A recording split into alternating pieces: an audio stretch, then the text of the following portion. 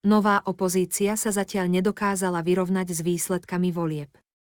Formujúca sa opozícia svojimi prvými reakciami na vytvorenie novej vládnej koalície dokázala, že nie je pripravená riadiť štát a že ju čaká dlhý a bolestivý proces sebareflexie.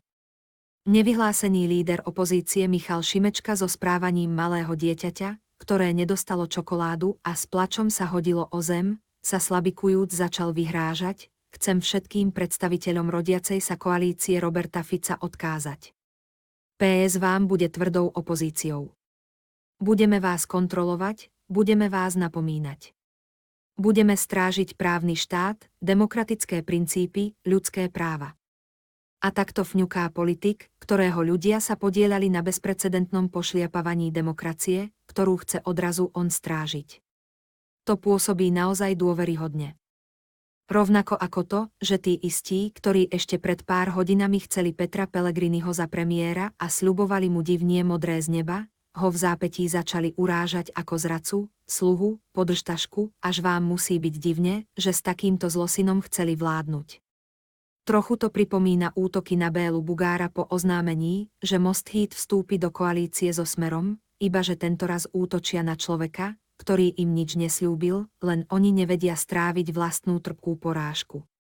Saska už dokonca vie, že nová vláda, ktorá sa ešte ani nevytvorila, bude kradnúť a ona ju bude strážiť. No na to je naozaj najlepšia strana s pentou za chrbtom.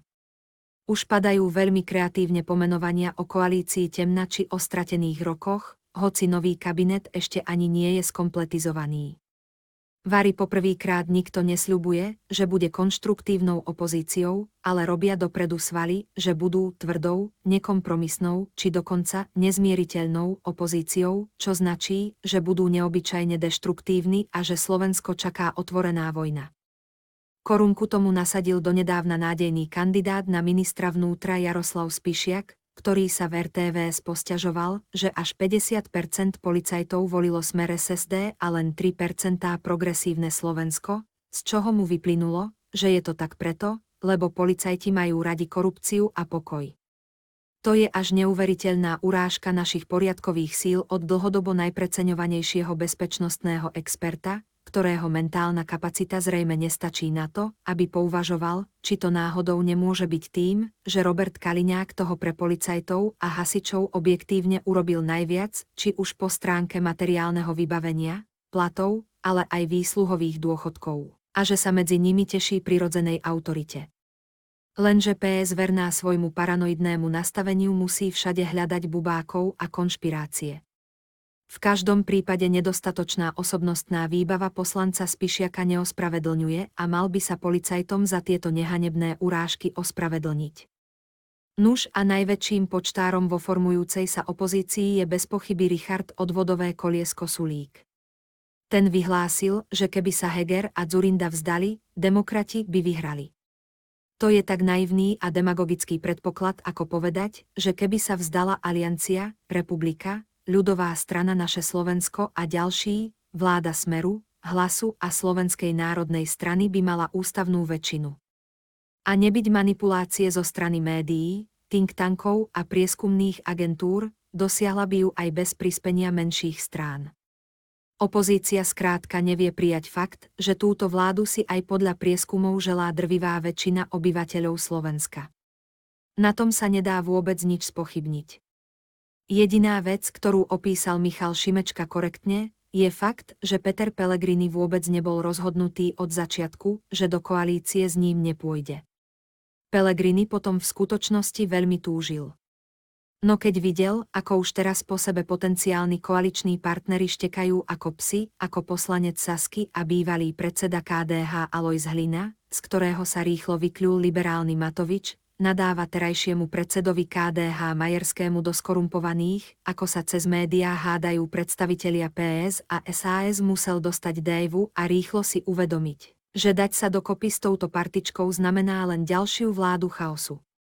A potom je tu ešte jeden dôvod, možno ten najdôležitejší, na ktorý nikto z nich nemyslel. Ambície Petra Pellegriniho síce prerážajú plafón, ale jeho najväčšou túžbou nebolo získať kreslo premiéra, ktorému ponúkal líder PS. Pellegrini chce niečo, čo mu môže ponúknuť iba Robert Fico a jeho voliči, post prezidenta republiky. Len s touto víziou sa dokázal uspokojiť s dočasným postom predsedu parlamentu. Liberálna pravica je ponížená tak, ako nikdy predtým. Netýka sa to len politickej roviny. Dlho si verejnosť myslela, že oni sú tým mozgom tejto krajiny, intelektuálnou elitou, svedomím národa. V skutočnosti sú to ľudia s neuveriteľne zjednodušeným pohľadom na svet, tak povrchným, že často až primitívnym. Nie je to žiadna elita, sú to namyslené polovzdelané individuá, ktoré sa boja konfrontácie s ich floskulami, pre ktoré pluralitná diskusia nie je obohatením, ale ohrozením. Len v takejto konštalácii sa môže stať, že tri grácie našej liberálnej pravice, Iveta Radičová, Magda Vášáriová a Olga Györefášová, sa v rozhovore s Monikou Tódovou nadchýnajú, že malého Michala Šimečku vraj kedysi kočíkovali a vyrástol z neho štátnik masarykovského rozmeru, SIC. To chce už naozaj bujarú fantáziu vypustiť z úst práve toto, ale možno v tom zmetenom mladom mužovi so správaním týraného dieťaťa a prenikavým pohľadom absolventa z Oxfordu uvideli niečo, čo my ešte nevidíme. No a napokon, dámy a páni, to si nemôžeme nechať ujsť, čerešnička na torte, po dnešnom rozhodnutí okresného súdu v Poprade môžeme otvorene hovoriť, že na čele tohto štátu stál zločinec. No, možno zločinec je pre neho príliš majestátny výraz, keďže Andrej Kiska je iba potatranský lamp a daňový podvodník. Pripomínam, že prokurátor mu navrhoval trest 7-12 rokov nepodmienečne, čo mu sudkyňa mimoriadne zmiernila na 2 roky podmienečne s peňažným trestom 15 000 eur a zákazom činnosti na 6 rokov, ale keďže sa odvolal, bude ešte rád, keď ho z toho nebude musieť ťahať jeho kamarátka Zuzana Čaputová amnestiou. Pamätáte sa, ako všetci liberálni politici a médiá jačali, že to všetko si vymyslel iba Fico s Blahom? Ako ho kryli, bránili a ospravedlňovali. Táto čierna škvrna padá na nich všetkých, lebo toto bol ich etalón morálky, ich politický vzor, ich občiansky idol. Táto porážka liberálnej pravice nie je iba politická. Ona je aj intelektuálna, kultúrna a morálna. A po tomto fiasku nebude stačiť prečísliť Fica. Ak všetci nepochopia, že komplexná sebareflexia je nevyhnutná a že svet nefunguje tak, že všetci sú zlí, len oni sú nepochopení, budú sa od tejto spoločnosti mentálne vzdiaľovať ešte viac. Ďakujeme za sledovanosť, odber a like. Pracujeme na ďalších videách. Vaša politická scéna.